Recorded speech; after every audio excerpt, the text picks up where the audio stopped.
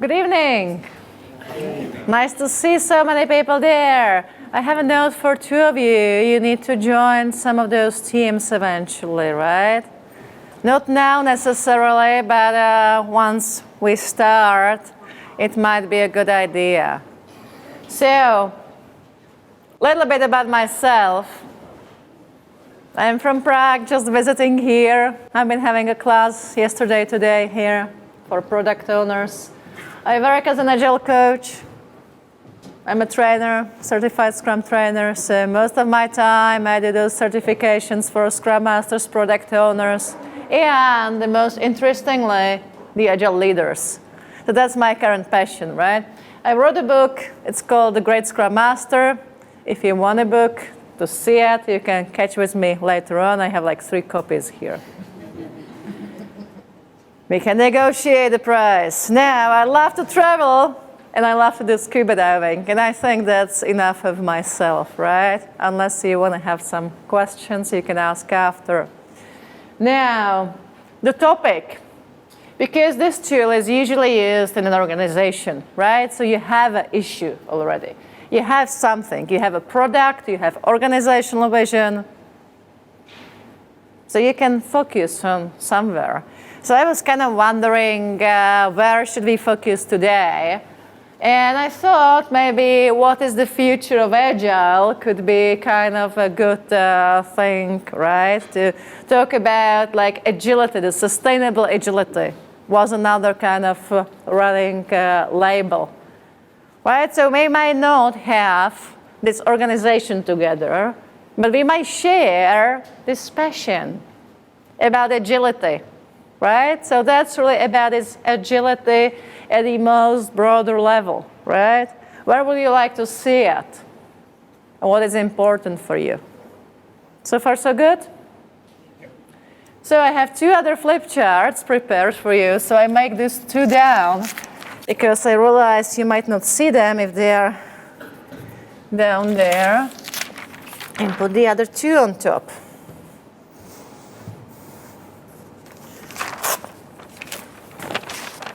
The first one is about the concept, bringing down the vision.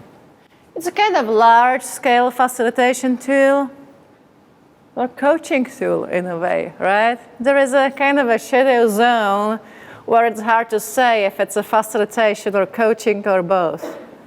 So where it lives. It's built on top of ORSC, which is Organization and Relationship System Coaching. That's the coaching coming from. And it's kind of bringing down the vision into the reality. And it's used in a product, team, organization, right? So what I do most of my time, I work with the leaders in the organization. So I'm using this in helping them to see the future of their organization, how it's going to look like. What do I want to achieve? How do I want to move it, right? So that's the background. And finally, one additional concept, so you understand a little tiny bit about how is it structured, right, this exercise, and then you're going to experience it. Is over here. This whole exercise kind of guides you through the 3 levels of reality. Where the very bottom one is called sentient essence, right? It's kind of about energy and feelings and having some purpose, something which is higher than, I'm not speaking about the goals. The purpose of your existence of this organization, right? That kind of spirit thing. Very untangible, right? Then you have this dreaming level in the middle, which is actually starting with I, what I want to achieve. What is my dream? What I like? Things like that. Team, culture, what is possible here is the most common question which would help you to guide you. And then that's most of our usual day-to-day job, right? Consensus reality. It's something which is concrete. You can describe it. You can measure it. Kind of a tangible thing. So we're going to use all three to come up with some action steps, hopefully. What can you do in order to make this world more agile? So I would really like to rephrase the thing, what is the future of Agile? This whole Agile movement, right? How can we all together make it better? Are you ready to start? Mm-hmm. Do you have any questions before? I take it as no. So where are my facilitators? Can you go here so they see you? Can you say a short introduction so they know you, right, as well? There's just like one sentence about yourself, something interesting. Share something interesting about you. Hi guys, I'm Bianca. I work as a Scrum Master at Eurostar, and I love running. I'm a big fan of running. Cool. Yeah. I'm Corrado. I pretend to be an Agile coach, and I am a real triathlete. Ian, I know lots about coaching, nothing about Agile, and I'm kind of upset because my skiing trip's just been cancelled for next week. Oh no. There we go. But you're here with us. I'm here instead. Right, so they've been so nice to offer their help. I still need to brief them, right? And they will be useful for your teams once we go back to the teams, right? But now we start as individuals. So all you need to do is to pick up some markers, post-it notes, or if you have your own paper, that's fine as well, right? But you need to have something to write on. And I just checked with my notes, which I created for myself, and one was quite important. Before I let you go to do anything, let's make this agreement. And I think you know that one, right? But anyway, I just rephrase it in case you don't. If you see anyone with the raised hand, can you raise your hand and become quiet? Right? That's the way how to make the big group of people who are talking about something quiet in like no time. Can we try that? Oh, I have to look at them as well. Good job, right? Couple notes. If you only do this, it doesn't really work because the people don't really feel it, see it. If you really want to make big crowd, be quiet, you have to stand for it, right? That's a basic facilitation kind of thing. The second thing, it doesn't work if you have your hand raised but continue talking with somebody else because it's so interesting, right? So just two things. Otherwise, you did a great job. We are ready to start. And we start with individual thing, right? So no speaking, just quiet, imagining. And what I want you to do is to make yourself comfortable. And make sure you have a pen, Sharpie, and paper. And to take your notes. And this exercise will use the metaphor to help you to think about our topic over here, right? So let's get started. So take a few deep breaths.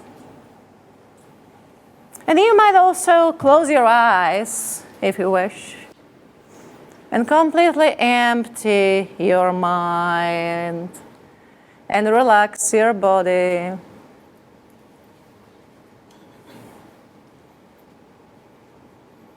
And now think about it from a different perspective.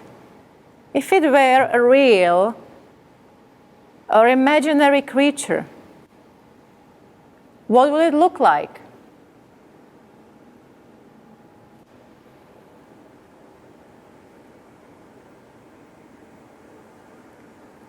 How would it move? And how would it feel?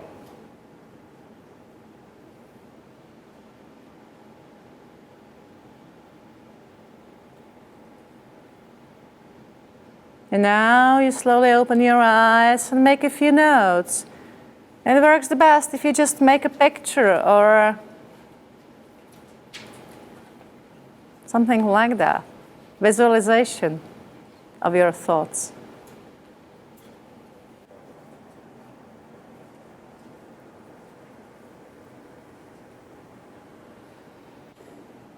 Now return again to your image in your mind, right? Visualize it in front of yourself again. And think about, how is it healthy or thriving?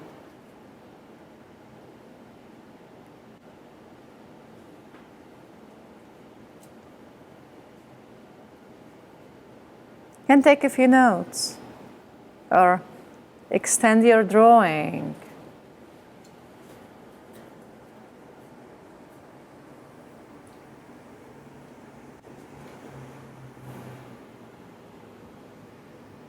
And finally, think about what are its challenges and needs.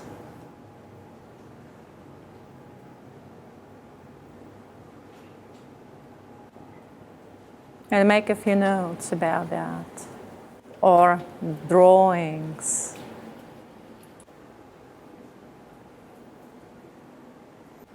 Now think about it from a different perspective. Think about what you learn from it, right?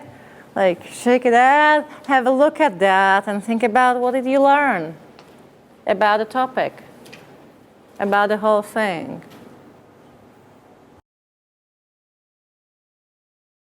And now I need to take it back to the group, right? So everyone has its own picture or notes about that experience, right? So you need to bring it back to the team, kind of put it all somehow together. So if those chairs doesn't really work for you, you can move to the wall and make it somewhere like a gallery, right? Or you can just put it in front of you on the floor, completely up to you to self-organize, make up your space, right? But there are two questions which I want you to discuss as a team during the next 10 minutes. So what I need from the facilitators over here to make sure you're kind of aware of the time once I tell you we start, right? 10 minutes, and remind those teams time to time about the time box. It's not that difficult to facilitate those two questions over here, right? So I'll read it for you. So you can do it yourself. You don't really need much from us. But if you got lost, just wait for us. You have one person who would be kind of next to you. So we show up, repeat some of those questions, will help you out, and disappear. Right? Now, those two questions. What are the similarities of your notes, pictures, things which you just created? And what are the differences? Right? So discuss with your team what are the similarities, show it to each other, talk about it, describe it a bit. But discuss what are the similarities and what are the differences. Ready? Yeah? I take it as yes, your 10 minutes starts right now.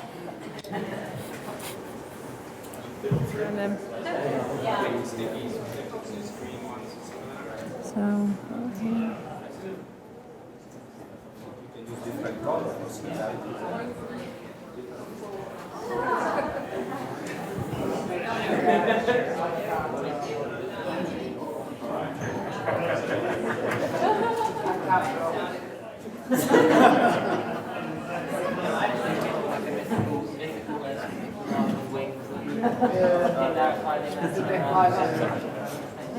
Weird sort of humanoid touch of that. The tension. Similarities with two octopus. Sorry. Well, with mine,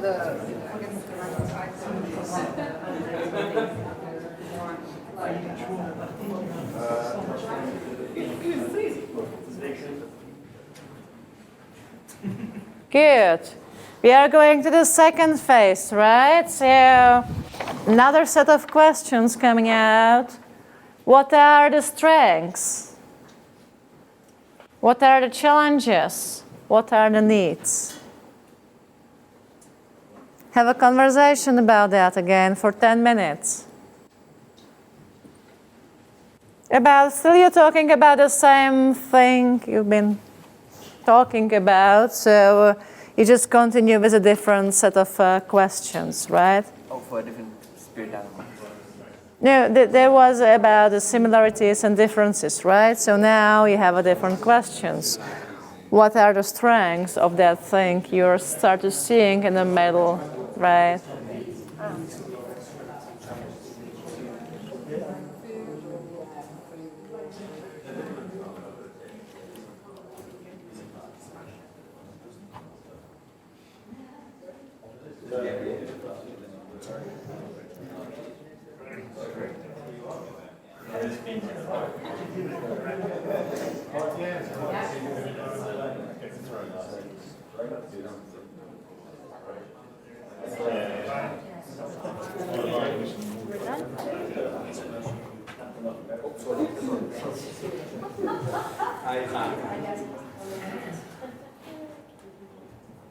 So now you should have this common metaphor, right?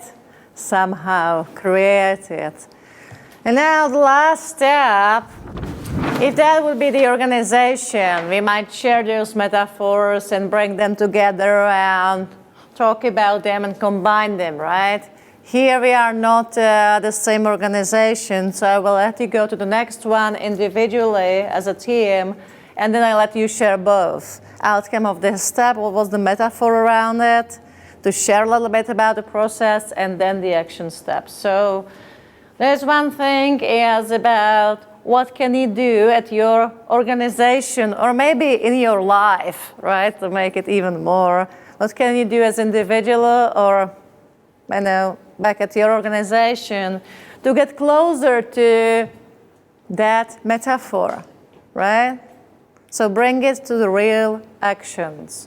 Bring it back to the reality, something which is tangible, concrete, measurable in a way. Ready? 10 minutes to come up with those action steps.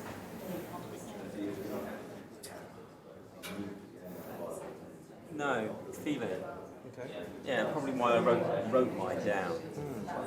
It was that feeling of it sliding and sinuous. That's where I was. Okay. That's where I was coming from. It's probably why I didn't draw it. Exactly. We've got autonomous a couple of times. I mean, we could capture those as being characteristics. Go back to the flying away dream. Flying off course, as you want.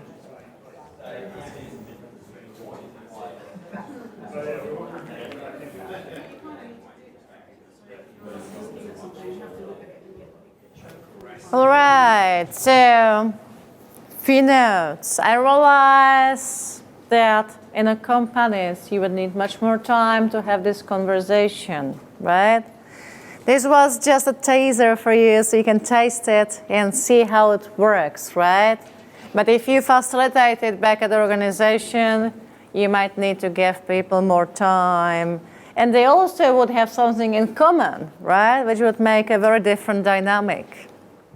Now, can we go just around and share, right? Any particular order. To question, what was your common metaphor? And what are the action steps coming from that? And then we do question answers, debriefing of the whole thing, etc., right? So, but first, review. Anyone? All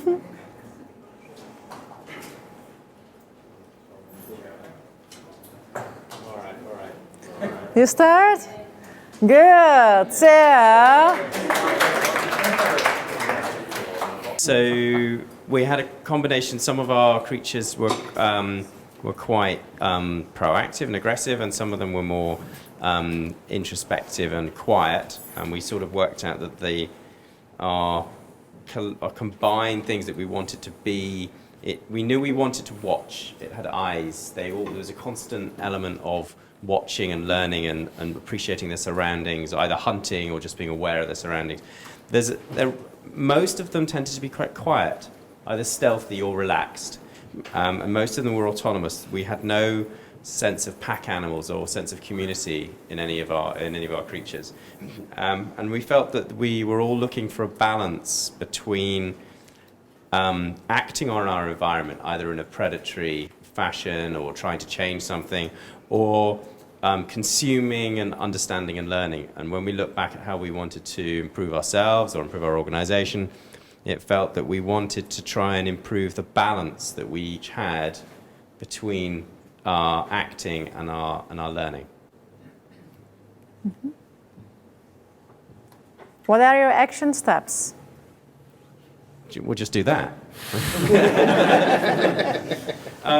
We didn't really have many tangible actions. I think most of this was about self-awareness and being conscious of the time that we take before we act, and making sure that we give ourselves some space to observe. So it mostly seemed to be around our own understanding of ourselves. I'm speaking entirely on behalf of my group. But none of them have said no so far. All right, thank you very much. Give them applause.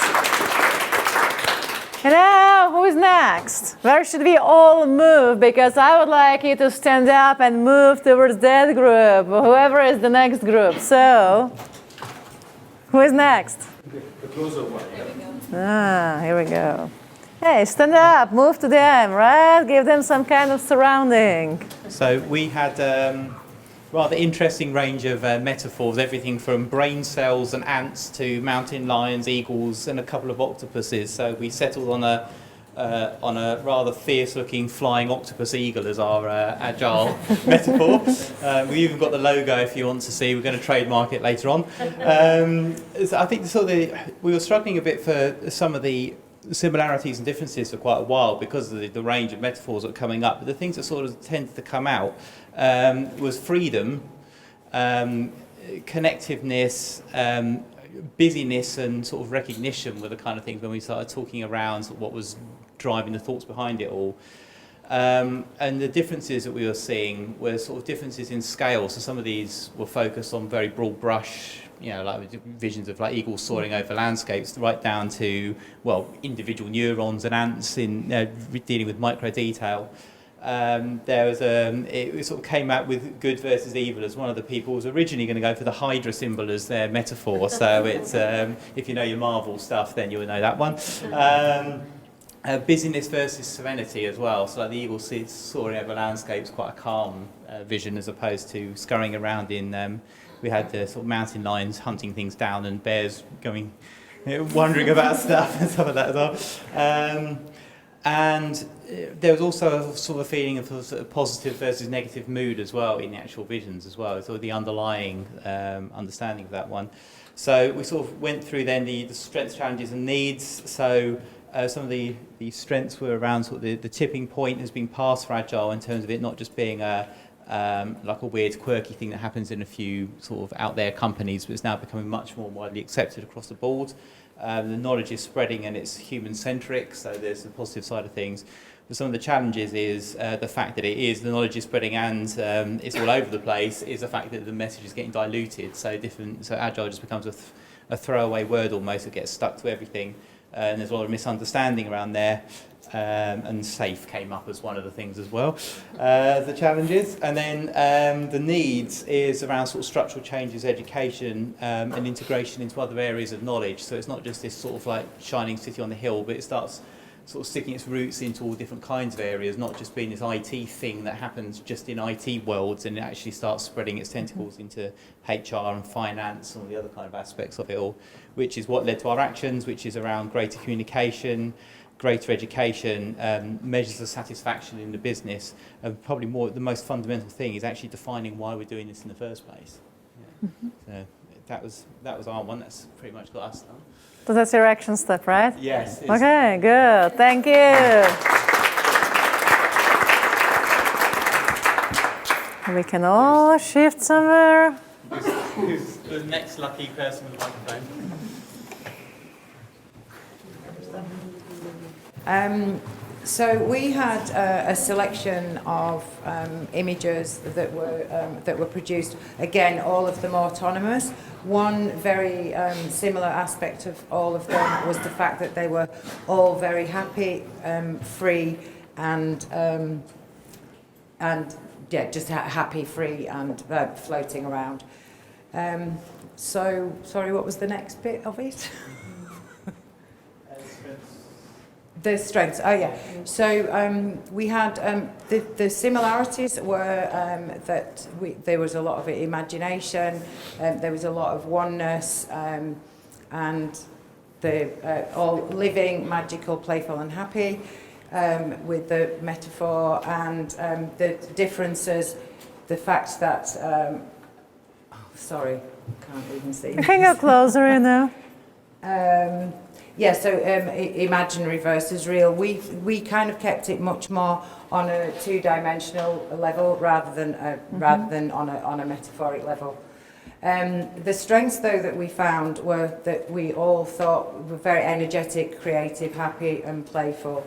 The needs were again acceptance, visibility, environment. And community were some of the things that we thought were very important for that. And the challenges were the blowing in the wind, so moving from one thing to another, not necessarily having a great deal of stability, value, purpose, and a reason to be. And then taking that to the top was the flexibility, teamwork, fun, playfulness, and the community, and the big difference between divergence and convergence, leading to a safe environment to express ideas, and in a happy and fun environment to be able to be creative, and then an anchor for accountability with values, and inclusion, and basically the physicality of, you know, moving things around so that people are more together. Right. Sorry. Sounds good. Thank you. And we have one more group, right? Where is the volunteer? I'll take it for you.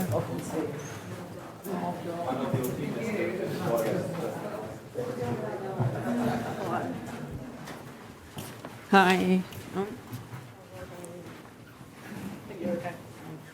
So we kind of have a real mix of creatures, animals. I'm so sorry. So kind of varied from sort of mythical creatures to shape-shifting creatures. When we kind of pulled them all together and looked at kind of what we were going to focus on, it was kind of a flying creature with paws that was full of grace. And I guess if we look at, so just focusing on the needs, kind of most of our creatures needed a lot of space. They all needed to feed. The strengths were actually a lot of them could fly. Some of the, so I'll go on actually to kind of what we focused on at the end. I'm going to sit down. So key things we focused towards the end were it was powerful and graceful, and it was a lot about being respectful and being respected, and how we would measure that is really we focused on feedback, and then focusing on the pause. We really saw this as being rooted. So using the pause to kind of stay rooted in the truth. And also we talked about kind of playing the role of devil's advocate as well. We didn't get on to measuring that. And then one of the themes was obviously about flying. And we focused on really kind of stepping out, so stepping above, focusing on the bigger picture, on the vision. And then we thought about really having kind of clear goals that you could measure in terms of the direction that you're going, the journey that you're on. And that's it.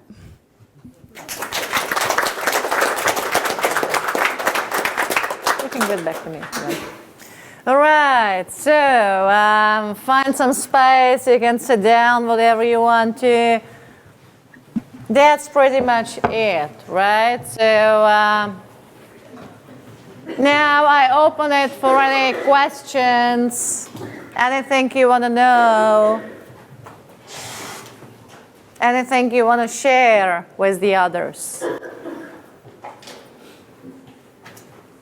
How do you bring all of these different visions together then? Do you do another kind of round where you're looking for similarities and differences again until you all Yeah. converge on one? Yeah. So what we very often would do is come up with a really cross-functional kind of cross-systems, cross-teams, cross-organization teams.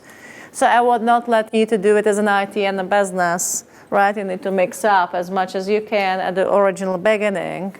So hopefully when you present, and then once you come up with this common metaphor, you would present it, right? And then through that presentation, you kind of put it together. And then if they are very different from each other, then we can talk about it. Hey, how come? Are there any similarities, differences, right? And then run it again in a much shorter way, maybe. Or if they actually are kind of aligned on broader vision, then we say, hey, what does it mean for us? We have those 4 different metaphors. They're kind of similar to each other. So what is there for us? Like, how can we take it back to this organization, right? So, and apply it. And it works much better if you run it at the organization than if you run it on something really abstract like Future of Agile, right? But yeah, good question. Any tips for distributed teams? I mean, I have distributed teams, so You can do that pretty well at the distributed team. You just need to have a good technology, right? So they can talk, they can share their own images, right? It's not a big deal that much. yeah, my main concern is the concentration. There's lots of things that around them. So. That's always a problem. With anything you do virtually, it's like 10 times harder to make it happen, right? So my usual tip is have a video. You need to see people's face. If you don't see them, they don't listen. But yeah, you can run it. I'm not really fan of those virtual meetings, though. I prefer the face-to-face myself. But my colleagues been doing that, all of those coaching things pretty much everywhere across the world virtually, so I'm sure it works. There's obviously an art form in choosing the metaphor to kind of to kick off the exercise. And I imagine that among some leadership, they could be a bit skeptical, right, about getting into this kind of imaginative space. So do you have any tips for how you set the, how you frame the session and how you pick the metaphor? First time I tried this, right, was a client of a leadership people, and they were not really a good team together. They've got a lot of conflicts with each other. And I did this one mistake. I didn't start with a team alliance for them together. So this whole activity show in like literally like that they are able to argue about anything at all, right? Because they were like really unable to agree on any joint metaphor because, oh, she said it, so it means I am not going to agree with that because I, of course, dislike. It was like that, right? It was like so visible. I've been observing and saying like, oh my God, what did I start it, right? So my hint is start with a team alliance so they kind of want to work on something together. They're willing to keep certain things. Through the mistakes, you learn. Otherwise, I think once you set it up and they really say, hey, we want to work on this organizational vision.